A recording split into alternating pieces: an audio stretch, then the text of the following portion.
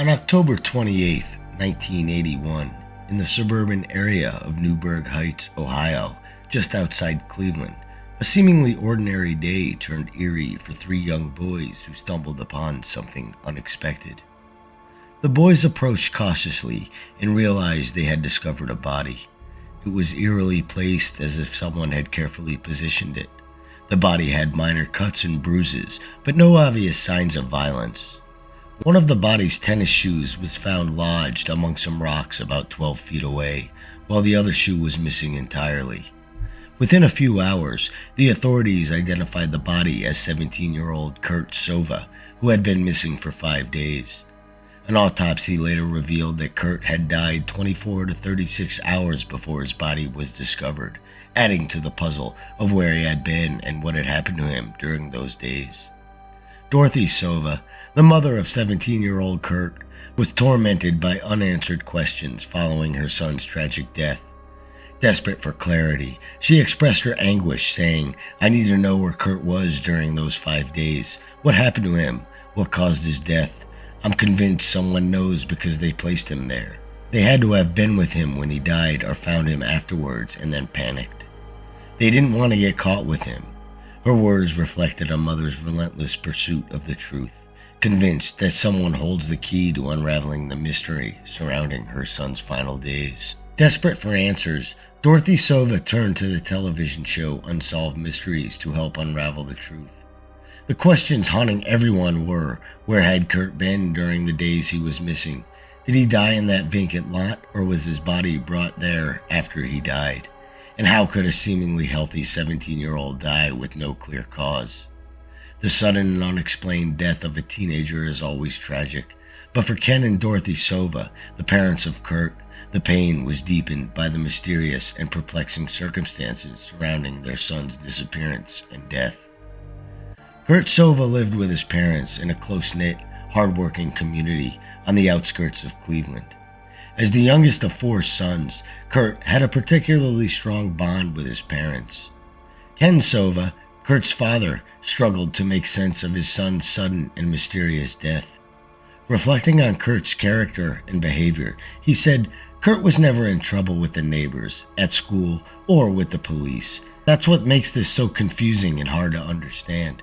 His words highlighted the baffling nature of Kurt's case, as if his son had always been well-behaved and trouble-free, making the circumstances of his disappearance and death all the more perplexing. The last time Kurt was seen alive was on Friday, October 23, 1981, late in the afternoon. He had left home and met up with a friend just a block away from his house. Kurt didn't return home that night, which was unusual for him. He was always home by 10:30 or 11 p.m. at the latest, and only if his parents knew where he was. By Saturday morning, worry had set in for his parents. Dorothy began calling Kurt's friends to see if they had seen him, while Ken searched the neighborhood and local hangouts. Ken Sova, deeply concerned for his missing son, described the frantic search efforts he and his wife undertook. He recounted, "We checked everywhere we thought Kurt might be. As the day went on with no sign of him, my worry turned into fear."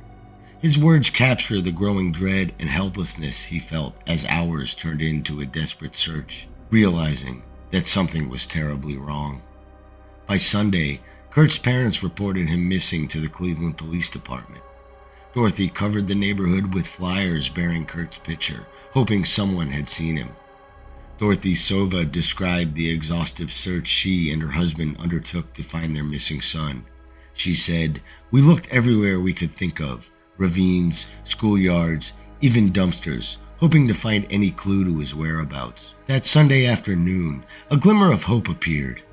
Kurt's friends mentioned that he had attended a party on Friday night in Newburgh Heights, less than 2 miles from his home. Dorothy went to the duplex where the party was reportedly held. When Dorothy arrived, determined to find out what happened to her son Kurt, there she encountered a frustrating dead end. She knocked on the door, hoping to speak with someone named Susan, who was said to have hosted the party the night Kurt disappeared.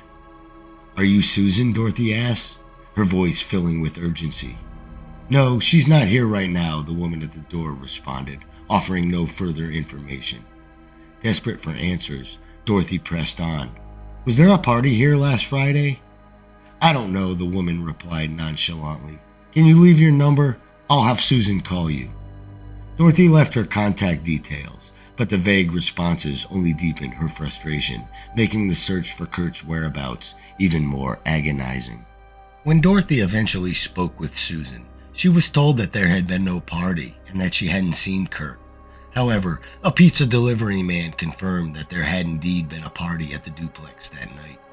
Pressed further, Susan finally admitted that Kurt had been drinking heavily, which was surprising to those who knew him, as he wasn't known to drink much.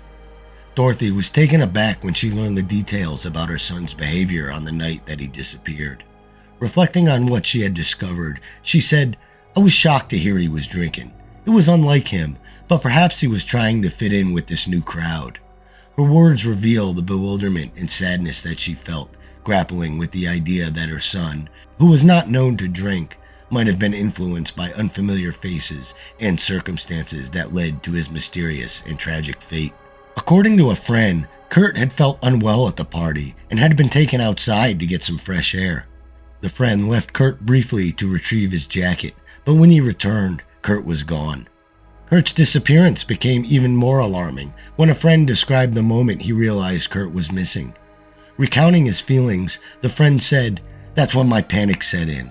I was terrified that something terrible had happened to him.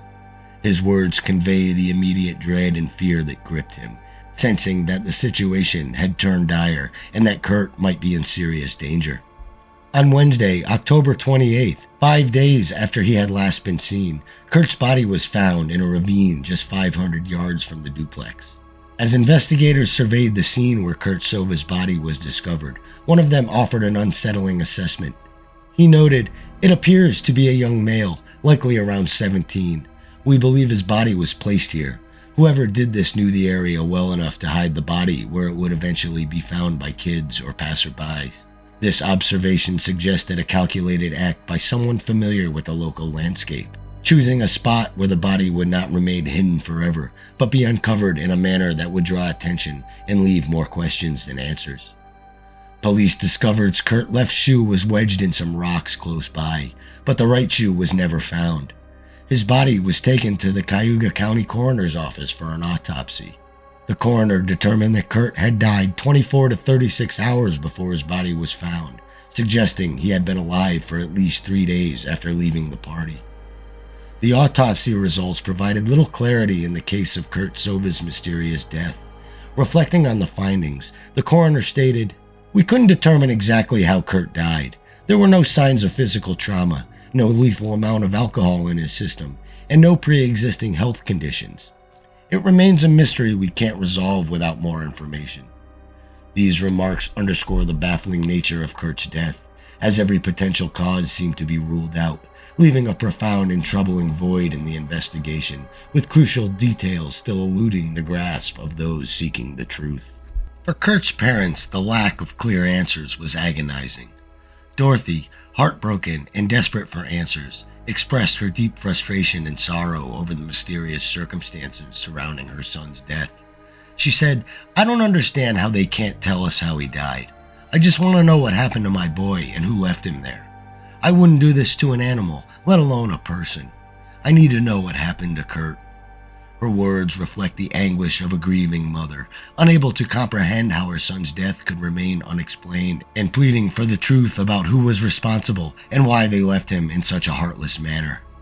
As the shock of Kurt's death began to subside, Dorothy started to piece together the unusual events that took place during the days he was missing. On the Monday after his disappearance, a friend named David Trisnick claimed that he saw Kurt and another boy walking along a busy street near their home. David, a friend of Kurt's, recalled the crucial encounter that took place during Kurt's disappearance. He explained, I was on my way to a job interview when I saw Kurt with someone that I didn't recognize. I pulled over to offer them a ride, but a van pulled up. Kurt ran over to the van, shouting, Franco! They both got into the van. If I had known Kurt was missing, I might have followed them or done something, but I didn't know. David's account highlights a missed opportunity and the haunting realization that, unknowingly, he witnessed what could have been a key moment in understanding Kurt's last days, further deepening the mystery of his disappearance. That same Monday, a stranger was seen hanging around the Sova's neighborhood. He noticed Kurt's missing poster in a local record store. While Kurt Sova was still missing, a chilling conversation unfolded in the local record store. The stranger, looking at the missing poster of Kurt, asked for the store manager. "Hey, what's with that missing poster?" he asked. The manager replied, "Oh, it's about a local boy." The stranger's response was unsettling. "You should take it down. You'll find him dead in 2 days, and no one will be able to tell you why." This eerie prediction hinted at a dark foreknowledge, casting a shadow over the search for Kurt. It suggested that someone knew of Kurt's fate and the unresolved mystery surrounding his disappearance, adding to the growing sense of dread and confusion among those desperately seeking answers.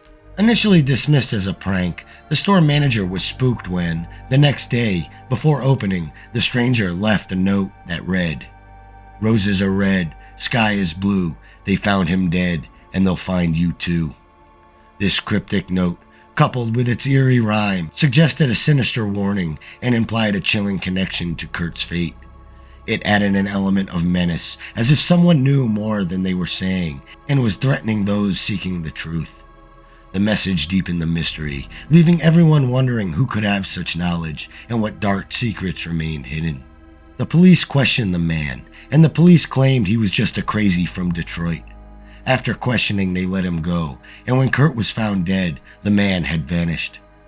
On the morning of October 28th, the day that Kurt's body was found, Dorothy received a call from Susan, the woman from the party. She recalled, "I got a call at 3:30 a.m. Susan said someone was sleeping in her basement and suggested that it might be Kurt.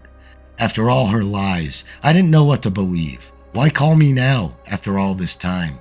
Dorothy's account captures her deep skepticism and confusion. Susan, who had previously been misleading about Kurt's presence at the party, now offered this startling information. The timing and content of the call only added to the complexity and uncertainty surrounding Kurt's fate, leaving Dorothy torn between hope and mistrust as she struggled to piece together the truth. Despite the best efforts of his family, friends, and authorities, the circumstances surrounding Kurt's disappearance and death have never been fully understood. Each lead seemed to unravel into a deeper confusion, from Kurt's puzzling absence during those crucial 5 days to the eerie predictions and warnings that surfaced after his body was found. The discovery of Kurt's body in a ravine, devoid of clear signs of trauma or a definitive cause of death, has left a haunting void. His parents, Ken and Dorothy Sova, tirelessly sought the truth, driven by love and the unyielding need for closure. They navigated a maze of contradictory stories, uncooperative witnesses, and strange encounters, all while grappling with the devastating loss of their son. Dorothy's encounters with individuals like Susan, who provided inconsistent information, and the chilling interactions with strangers hinting at dark knowledge, only deepened the mystery. Each detail added another layer to the already intricate web of Kurt's last days, leaving more questions than answers. The pleas of Kurt's parents, reflecting their anguish and their quest for answers, resonate deeply. They wanted nothing more than to understand how their son, a boy who had never caused trouble, met with such an inexplicable end. Ken's recollection of Kurt's character and Dorothy's relentless search illustrate the depths of their love and the profound impact of their loss. The unsettling messages and the cryptic clues that emerged during the investigation have cast long shadows over this case. The strange poem left at the record store and the ominous phone call in the dead of the night hinted at a foreboding truth that remains just out of reach. Decades later, Kurt Sova's death is still a source of grief and bewilderment for his family and the local community.